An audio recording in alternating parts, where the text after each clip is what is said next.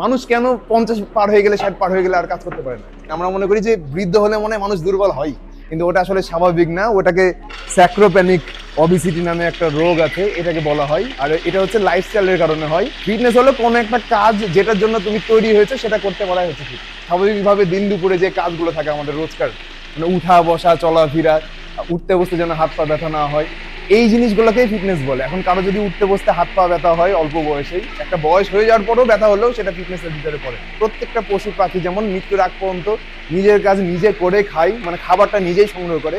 তারা কিভাবে সংগ্রহ করে? কারণ ফিজিক্যাল অ্যাক্টিভিটি। মানুষ কেন 50 পার হয়ে গেলে 60 পার হয়ে গেলে আর কাজ করতে পারে না? রিজনটা হলো মানুষ 50-60 হয়ে যাওয়ার পর আর ফিজিক্যাল অ্যাক্টিভিটিও থাকে না। কিন্তু অন্যান্য যত প্রাণী আছে যেদিন মারা যাবে সেদিনও নিজের খাবার নিজেই সংগ্রহ করে। বৃদ্ধ হলে দুর্বল হয় মানুষ কখন? যখন সে এক্সারসাইজ করে। নতুন একটা রিসার্চে বের হয়ে আসছে যে কোন একটা মানুষ বৃদ্ধ হয়ে যাওয়ার পরে যদি এক্সারসাইজ করে তাহলে সে ইয়াং অবস্থায় যেরকম শক্তিশালী ছিল বা যেরকম ফিট ছিল সেরকমই থাকে।